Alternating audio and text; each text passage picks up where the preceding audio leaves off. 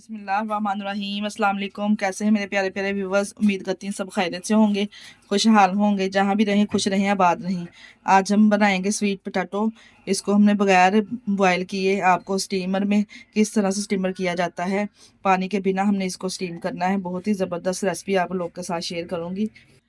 जैसा कि आपको पता सर्दी का मौसम है, ये स्वीट पोटैटो बाज़ार में आ चुकी है। बहुत ही लोग इसको खाना पसंद करते हैं।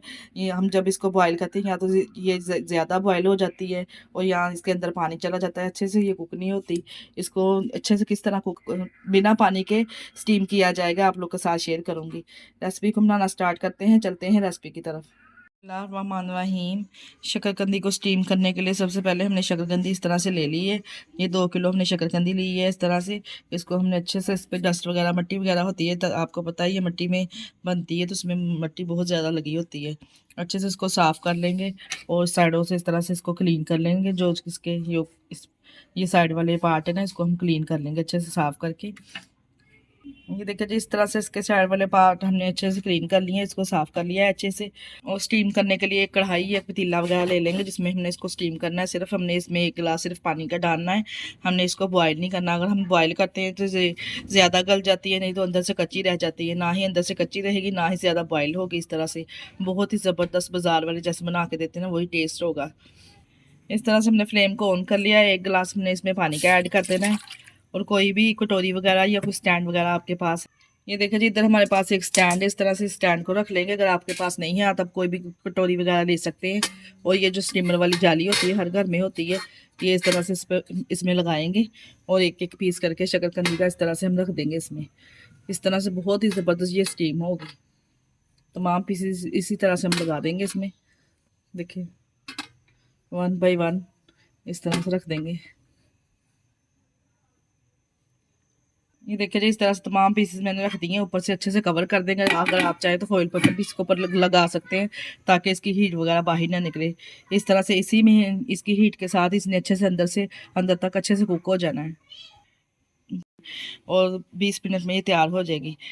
अगर आप इसी यही सेम तरीका आप प्रेशर में बनाएंगे, प्रेशर में सिर्फ 10 मिनट लगेंगे आपको और ये अच्छे से आपकी कुक हो जाएगी। जिस तरह हमने ये सेम तरीका कढ़ाई में बनाया ना, इसी तरह से सेम आप पानी डाल के प्रेशर में बना सकते हैं।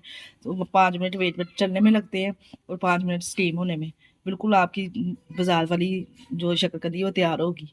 इसी तरह से ये 10 मिनट हमने तेज़ आंच पे, 10 मिनट के लिए हमने तेज़ आंच इसके नीचे रखनी है और 10 मिनट के लिए हमने मीडियम आंच पे हमने इसको कुक करना है अच्छे से। जब अंदर इसके अच्छे से जब इसके अंदर स्टीम बन जाएगी ना, इसी स्टीम ने इसमें शकरकंदी ने कुक हो जाना है।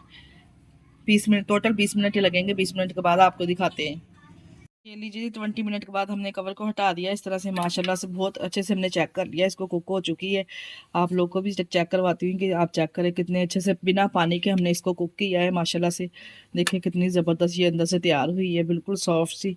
और ज़रा भी इसके अंदर पानी नहीं गया। जिस शकरकंदी के अंदर पानी चला जाता है वह खाने को भी मन नहीं करता। माशाल्लाह से आप चेक कर सकते हैं कितनी ज़बरदस्त इसकी लुक आई है। अब हम इसको निकाल लेंगे, इसका छिलका ऊपर से रिमूव कर देंगे, फिर आपको दिखाते हैं। करने के बाद हमने इसका छिलका इस तरह से ऊपर से रिमूव कर दिया है। अब हम इसको बड़े बड़े क्यूब्स में कटिंग कर लेंगे। देखिए कितनी ज़बरदस्त अंदर से ये सॉफ्ट सी कुक हुई है। ये लीजिए, इस तरह से हमने क्यूब्स में इसको कट कर लिया। ऊपर से चाट मसाला स्प्रिंकल कर देंगे इस तरह से। अगर आप चाट मसाला खाना नहीं पसंद करते तो आप जो सा मर्जी स्पाइसेस इसमें ऐड कर सकते हैं। इस तरह से स्प्रिंकल करके तो इमली या खुरमानियों की चटनी इसके ऊपर अप्लाई करेंगे।